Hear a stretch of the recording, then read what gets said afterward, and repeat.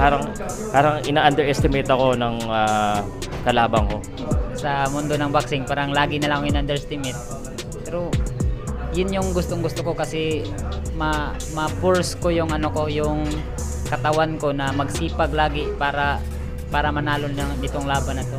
Kasi minsan sila namimili ng kalaban. Sa tingin mo ba parang nasa isip nila na kaya ka nilang talunin kaya ikaw na lang ang pinili nila? Siguro ano na yan chance na natin yan na maano na rin baka masilat. Yung mga strength and conditioning nutritionist, may mga tumutulong ba sa'yo regarding sa bagay na ito? Wala naman po. Sa akin lang na pagsisikap ko lang talaga. Hindi ko na oo, kung may pira sana ako, kailangan talaga yung mga ganyan, pero sa ngayon na wala akong ganyan mga pira or yun.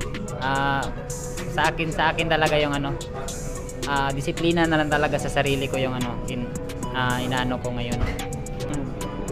First time ko to na nakapa-Amerika kaya hindi ko alam kung yung mga ganyang First time ka makalaban sa Amerika. Excited ka ba na makapunta sa Amerika? Oo, excited kasi pangarap ko yan ganyan WBO, WBE at saka Ring Magazine. Wow. Yun. Sa mga nanonood po dito, abangan nyo po kung saan yung magiging training camp ni Jason Bison. Hinihingi ko po yung tulong nyo, suportahan nyo po maraming mga Filipino-American na sumusuporta sa mga boxers doon.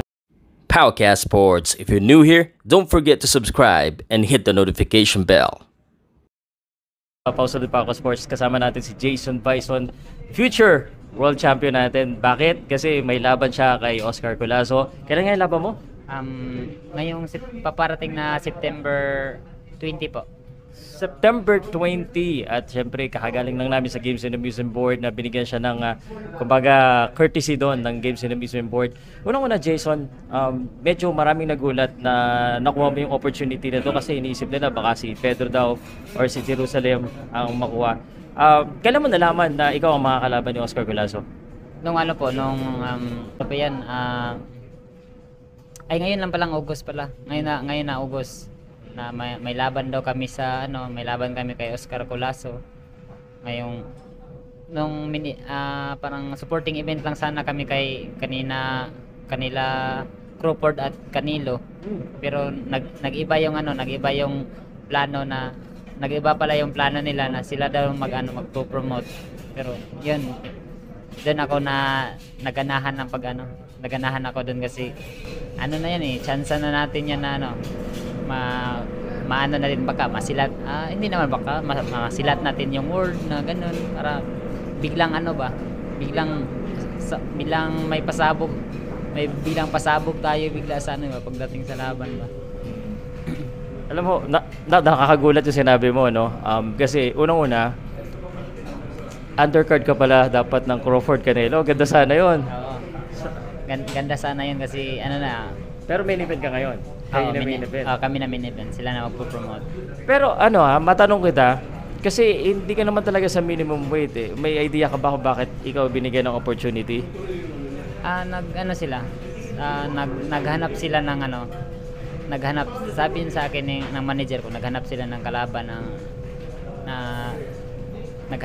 kalaban sa 105 tapos siguro hindi nila kaya siguro yung mga presyo or yun, parang ako biglang siningit nila pero sa katagalan naman na hindi ko nakalaban ng 105 galing since 2018 pa hindi ako nakalaban ng 105 pero ngayon kakayanin natin yan makuha natin ang 105 sana nga lang condition yung katawan natin pagdating sa laban. May oras pa naman yata na makuha mo pero personal question, sabi mo naghanap sila, hindi ba kasi minsan sila namimili ng kalaban, sa tingin mo ba parang nasa isip nila na kaya ka nilang talunin kaya ikaw na lang ang pinili nila? Siguro yun yung nasa isip nila kasi bababa tayo ng timbang, ibababain natin yung tapos siyempre bago sila maghanap ng kalaban titingin talaga yan sila muna sa sa mga boxer kung ilang taon na hindi nakalaban na 105 hanggang 108 lang siya baka yun yung chance nila ako yung kinuha nila para magandang baka ma-underdog talaga to, kayang-kaya talaga to ng boxer natin kasi ano pababa pa siya ng timbang tapos ako parang gustong-gusto ko din naman kasi malaking opportunity naman tong laban na to talaga para sa akin. Pero how does that make you feel na parang, although uso naman yun, minsan sa boxing, kinukuha nila yung feeling nila. How does that make you feel na parang ina-underestimate ako ng kalabang ko? Sa ganyan na bagay, parang nagaganahan ako ng training, yung mga ina-underestimate ako kasi parang na lang talaga ako sa yung sa mundo ng boxing, parang lagi na lang ako in-underestimate.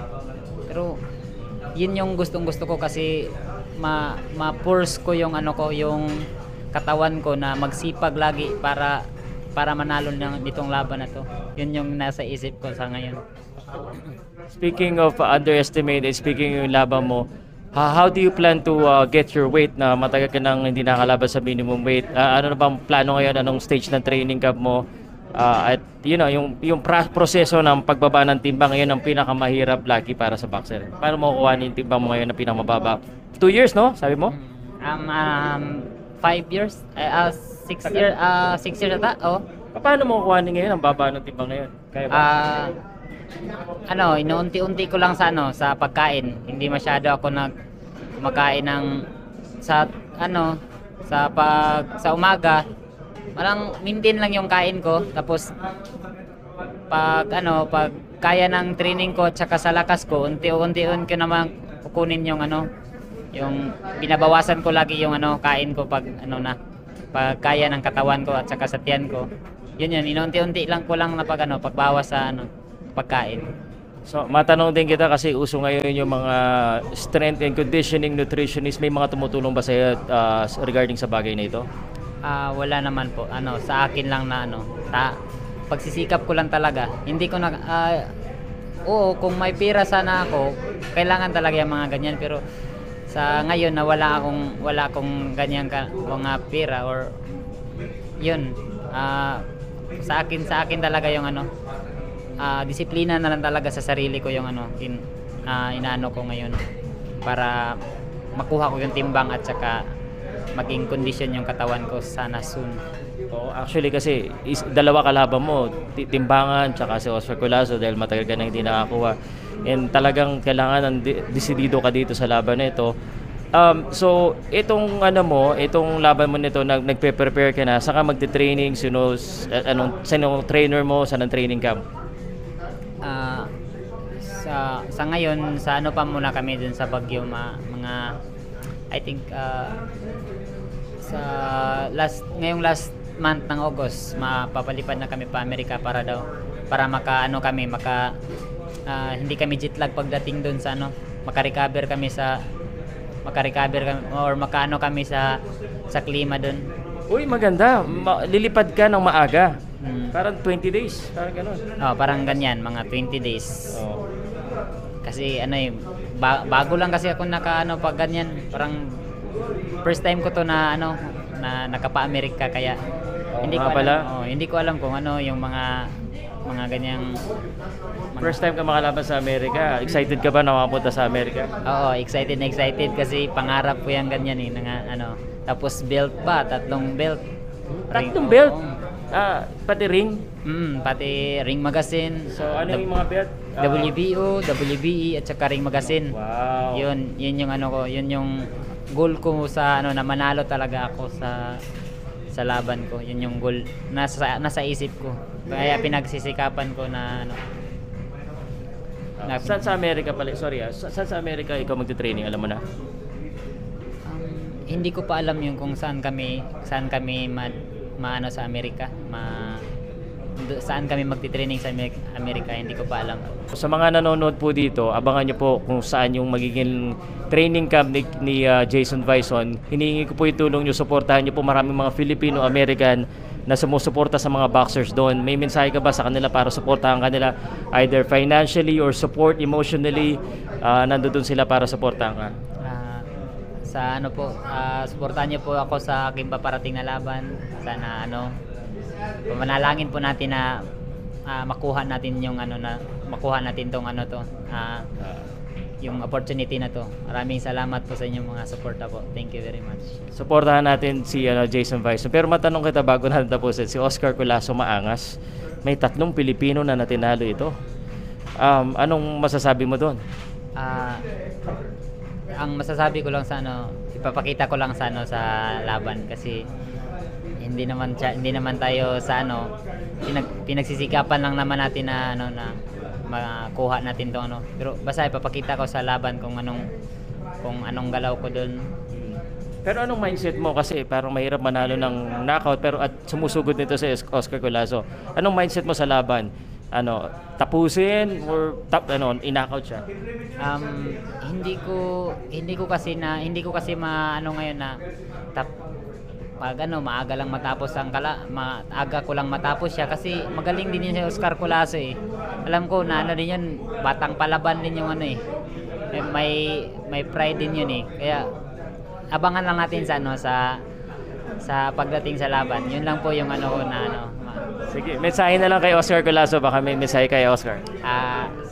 Bro, good luck sa sa laban natin at sana be the best man win. Huwag kang magpasindak doon kasi minsan maangas yun eh.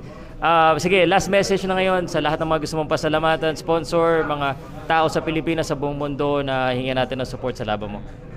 Nagpasalamat po ako sa mga supporters ko, lalong-lalo na sa pamilya ko, yun, at sa lahat ng mga supporters. At sana, manager, trainers, at sa team ko, sa manager ko, Sir Rico, at sa co-manager ko, Sir Ulysses, and sa team ko, sa Team Highland, maraming salamat sa inyo, at saka mga kasparing ko na sila, GR Aquinel, at sa mga friend ko, lahat. Thank you very much. Lastly, naghahanap pa po ng sponsor si Jason Bison. Tulungan po natin, message nyo lang po ako, re-refer ko kayo kay Darwin at kay Sir Rico para sponsoran natin ang ating future world champion. Sana manalo Thank you sir. Salamat. Thank you. Sakto. Powercast Sports. If you're new here, don't forget to subscribe and hit the notification bell.